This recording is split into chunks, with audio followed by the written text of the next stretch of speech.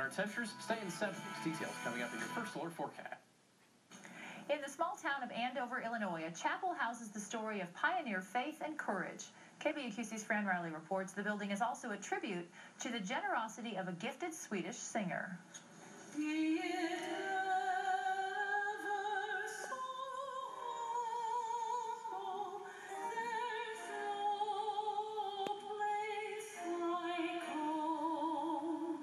This is the Jenny Lind Chapel. It's really hard to come up with a modern-day equivalent of just how famous she was.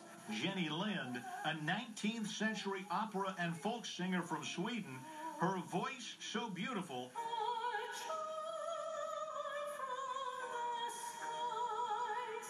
that she was called the Swedish Nightingale. The Nightingale was considered to be the most beautiful singer God had created. Lind became a favorite of Queen Victoria.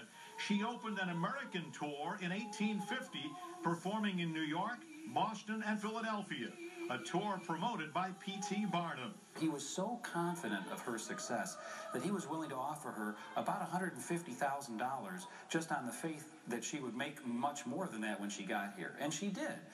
Jenny Lind donated a sizable amount of money so that Swedish Lutheran immigrants could start building this chapel. Work began in 1851. A severe outbreak of cholera delayed completion of the construction. That disease killed several in the pioneer community. In the course of a month, half of your community dies. They had to use the wood that was reserved for the steeple to build coffins for people who had died in typhus and cholera outbreaks. The basement of the chapel became a hospital. Some of the original settlers are buried in this cemetery nearby. Construction on the chapel was completed in 1854.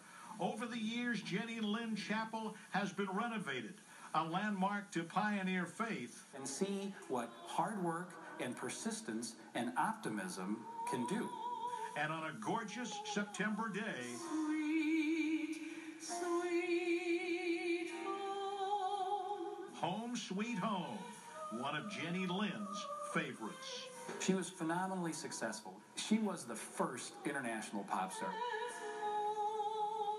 Neat place to visit. Yeah. And I must say that the lady with the beautiful voice that you heard is Deanna Swanson. And if Jenny Lind sounded anything like Deanna did yesterday, yeah, she's really, really good. And she played the keyboard for us. Had a beautiful day to go down there. And, you know, really it is a tribute, Sharon and Kevin, to the, the fortitude and the courage and the bravery of these Swedish immigrants, Lutheran immigrants who came here to Andover and settled there and, wanted a church built and eventually got one. Yeah, a chapel. Well, I mean, you said it's still pretty popular with Swedish tourists. Do they still come and check it out? They are, and as a matter of fact, I got some Facebook messages today from people when they heard that we were doing the story saying that they had been married at the Jenny Lind Chapel. Great. So that was kind of neat to hear, too. But she never saw that chapel.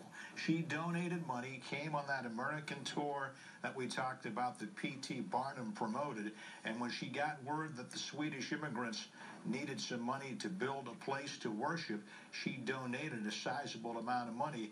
But on that American tour, about as far as she went was to Philadelphia. Wow. So she never got out to this part of the country to see it. But she certainly made a big donation, that's for sure. Well, it's really cool that she was so internationally known, because back then, you didn't have the global world the way it is, so it was hard to get your name out there. Exactly right. She sang in several different languages. She was a soprano, and now has a chapel in Andover, Illinois, named after her. Where her legacy lives on. Very All right, cool. Fran, great. Well, if you want to watch Fran's story or any of his features, you can just go to our website, click on the Fran Riley icon, and you can also submit story ideas for Fran there for future stories, too. Well, imagine being in high school and having every